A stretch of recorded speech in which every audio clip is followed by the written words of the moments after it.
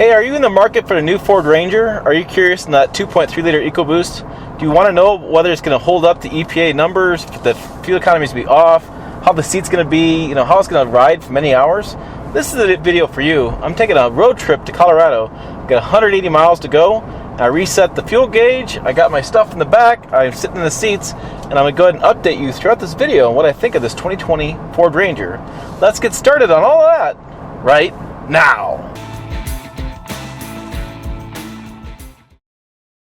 Hey, it's Tim Estradal, Pickup Truck Plus SUV Talk. If you're new to the channel, welcome, hi, hello, hola. Yeah, all that kind of stuff. I do truck news, truck reviews, truck stories like this one. I do million-mile truck stories.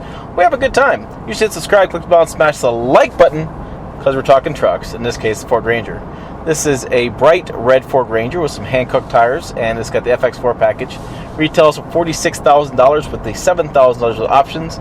That's right, $46,000 for a Ford Ranger.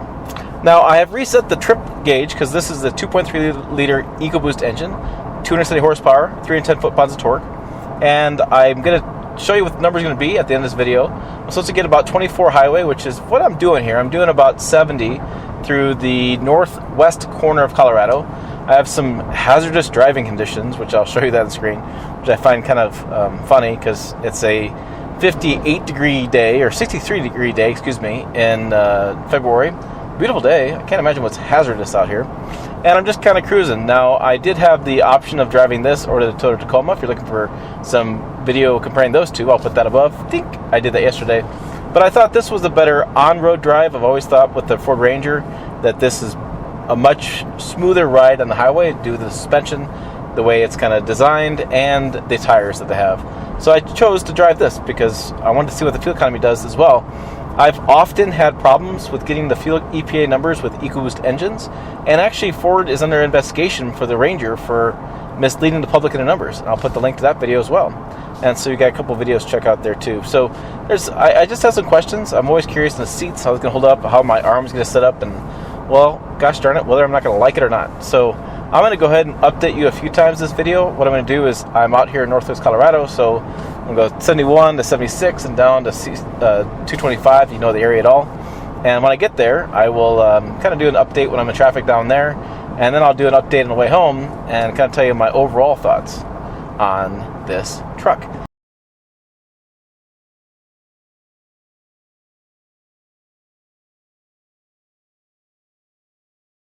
All right, made it down to Denver. It was a longer drive. Had some traffic that I didn't expect because, well, I live in the country now, and so Denver traffic's a little more than I expected. I can tell you that the computer tells me 23.7 mile per gallon. I've averaged about 24.1 down to 23.5 was kind of where the average was, the computer going back and forth.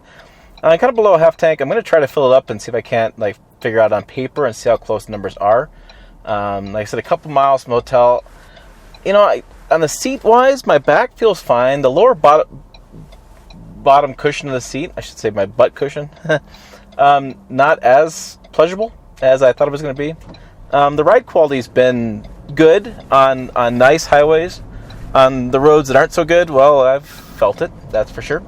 And I want to say there's a couple things I'll point out. Is I usually drive my arm on the side of the door here, and I really wish this was cushioned because this really makes it uncomfortable putting my arm there, and down below is more cushioned. I don't know why automakers don't do this. I never really put my hand on the side of the door. I always put it up top in this configuration, and I'll show some B-roll of this. So I don't know why this has got to be cushioned, but the top rail isn't cushioned. I do like that the center console is cushioned. That's been a nice place to rest my arm. I have done a couple different drive positions. I've got the hands on the wheel. I've got the hand down below, and I'm just kind of cruising. I feel like there's a decent amount of play in the steering wheel. I can kind of telescope it back and forth. I can set the seat up kind of differently. A lot of adjustables on the seats, so I can see that this would fit different body types. Again, really comfortable drive. The adaptive cruise has worked out pretty well, and lane departures worked out pretty well when I get bored and I look around the mountains, which I never do. Never! So that's worked out pretty well. It does vibrate and let you know you're leaving your lane, so that's a nice safety feature to have. So yeah, I mean, fuel economy, I've actually gotten pretty close to what EPA says, according to the computer. Again, there's always a caveat on whether the computer is accurate or not, how close it is. I've always found that it's within usually 1 or 2 mile per gallon, or 0.1 mile per gallon. It's really close, a lot closer than people tend to think it is. So overall, like I said, I'm kind of still refreshed to be here. I'm not worn out, I'm not worn down, and I just want to get out of the seat a little bit, take a break, rest my bottom. In 1/4 mile, turn right onto East Bellevue Avenue. And I've been using navigation for a little bit, and navigation was easy to program. I was able to use the voice commands of Bluetooth to say find a place, and able to find a hotel and get off the traffic. There's a bunch of traffic on 225 getting into Denver there, so I was able to get rerouted around that, which was nice. And I've been listening to radio quite a bit. Now. And the Boys and Wilkins is a pretty good system, or Bowers and Wilkins, pretty good system, and no problems there. I'm not really jamming out though, so that's not something I'm doing. But yeah, so there's my update there. I will let you know tomorrow as I hit the road, get some gas, and see what the fuel economy turns out to be. So good night for today, or kind of weird. You'll just see this in a little bit. Just stay tuned.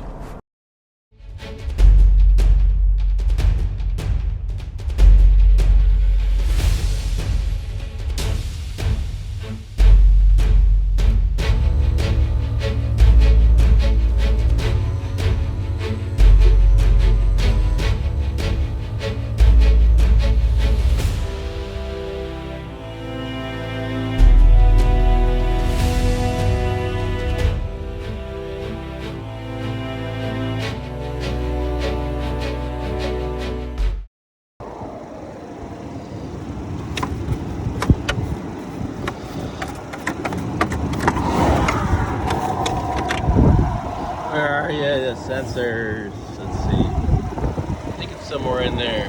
Let's try that. I finally found a spot to pull over here. I'm on the on ramp or off ramp or whatever the hell you call this thing. It's early, I don't care. Looking at block sensor, here we go. It's in the it's below the, yep, it's in the lower grill of the system, and you cannot see the sensor behind the fascia. So I'm gonna grab a shirt I have, and I'm gonna go out there and see if I can't get it clean.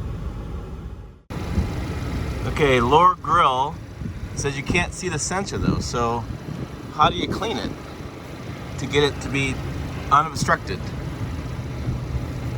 Huh. There's the, yeah. Oh, it's down here? There it is, down there. So take my shirt that I wore yesterday and clean that, see if we can't get that cruise control to work. Oh, that's cool. Nice dirty shirt. All right, there you go. I cleaned the adaptive cruise control out. That's something that's going to happen in the wintertime. A lot of sensors in these vehicles, and well, that's what happens when it gets snow on them. Not much you can do about it. Radar can't see through the snow. So hopefully that takes care of the problem, and I can get on the road here and use the cruise control because I got a long way to go. Still a little tired this morning, still a little chilly outside, and I'd like to not have to have my foot on the gas pedal the whole way. Just like to hit cruise and just go. All right, we got back in the interstate here. It's early morning still. I woke up this morning and hit the road right away. A little frustrating not to have any sort of cruise control because I just wanted to, well, eat my breakfast in the truck and go. And with the snowstorm and no cruise control, was not a happy camper. But that's what happens. It's just a sensor in the winter. So I think I cleared it off right. So we will turn it on here, and we will hit our set button. Okay, turn it on. Hit set button. Yes, we have cruise control. Nice. Adaptive cruise control. The sensor is working. I can see the truck in front of me. I can see it on my screen. It's showing me the truck's in front of me. I'll see if I can't flip around my camera here and show you that. But yeah, so it's working, so that's good. So we clean that sensor off. And folks, that's just what's going to happen in the wintertime. These snowstorms come through, wet conditions, sensors are just going to have a hard time with that. But the other thing I did this morning, I'll put some video up, is I filled up the gas tank. So my thinking is when I get back to my place in Scotts Bluff, I will fill up as well, and I can tell you how many miles I went on how many gallons I used, so we can figure out as close as I can whether the computer is lying or telling the truth. And so I'll get to that when I get there. I do need to mention as well, the butt warmers work exceptionally well. I was getting really hot. I was really getting on fire. And the heating in here is, wow, it's really warms up quickly. So I'm really two thankful features for that I didn't know before. So really good early morning on that. But like I said, I'm going to keep going. I got about 160 miles to go. I'll get there. I'll fill up a few more gallons when I get there, and we can kind of do some math, and I'll kind of wrap all this up as fast as I can. All right, here we go. Stay with me. I'm driving. getting there.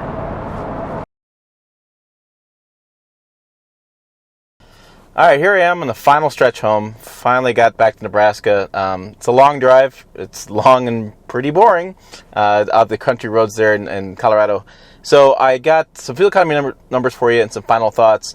192.5 is kind of my mileage. I kind of rounded off a little bit, but 192.5, that's my triple meter. I had 8.632 gallons of gas used. That works out with my handy dandy calculator to 22.3 mile per gallon, and the system says 22.7, so it's pretty close. I mean, you know, I did not empty tank the full tank. I didn't do quite that perfectly accurate that people want, but I mean, that's pretty damn close. That's kind of what numbers I get these days. I'm pretty happy with that number. Typically, I don't get the fuel economy and the EcoBoost, and in my opinion, I got it because it's interesting going to Denver. I gained about 3,000 feet. Coming back, I lost about 3,000 feet. But when I drive from south to north, I'm always going to run into the wind coming north. And driving south, I usually have a little bit of wind behind me. So I feel like with the numbers I was doing 75 to 80 with the elevation differences and with the wind and being cold temperatures. Right now it's 45 degrees. I feel like that's a pretty good number. You know, I think 22 is pretty good. Pretty close to what the EPA is of 24. I'd take that number all day long. So as far as comfort-wise, and I'll go ahead and somebody's getting behind me here. Comfort-wise, I still feel pretty good. I don't feel like I have any problems as far as seat comfort, and I just noticed something.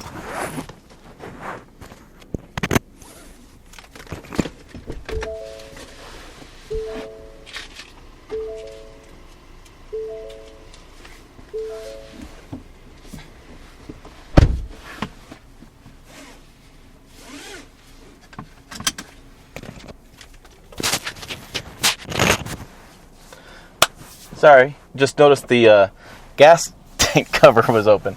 I've never done that. I never left the gas cover open that I've known that I've done. I was so busy doing the math on the fuel, I just neglected to do it. So anyways, as far as seat comfort, I feel like the seats are maybe a little bit better on the way back. I don't know if my butt got used to them or what, but I don't know much discomfort. They're still pretty cushiony to my back. The back part of my back. My bottom is fine. Like I said earlier, the heated seats did a phenomenal job. It's a really smooth ride. I didn't have any concerns there. Wasn't really worrying about, as far as ride comfort. The roads that were bad, well, they were still bad, and the roads were good, really smooth. I feel like these tires with this off-road suspension did a really good job. I still feel like the Ranger is a good choice for long-distance trips. It doesn't wear you down. Lane departure worked really well, too. It identified when it's out of lane, vibrated, let me know to get back in the lane. Once we fixed the issue with the adaptive cruise control where we took and cleaned the sensor, that worked great. I was able to hit cruise. I listened to some podcasts and just kept my foot down into it. So overall, I feel like it's got plenty of room inside the cabin. I've had my beef jerky on the other side. I've had all my stuff in the back seats. No problem there. I've had the family in the back of this truck. No problem there either. So a pretty good sized truck interior. Pretty good size as far as bed for just a mid-sized truck. It's still a smaller bed. But overall, I feel like it's a very useful mid-sized truck. So if you're looking for the Ford Ranger and that's the fuel economy numbers you're looking for, well, that's you go. There's you go. There is the on-road, long-distance drive review. So for more Pickup Truck Plus SUV news, make sure you find us on pickuptrucktalk.com. Three words again on Pickup Truck Talk. Type that in Facebook, Twitter, and Instagram. You'll find us. Trust me, I've done it. As always, thanks for watching. I'll see you down the road.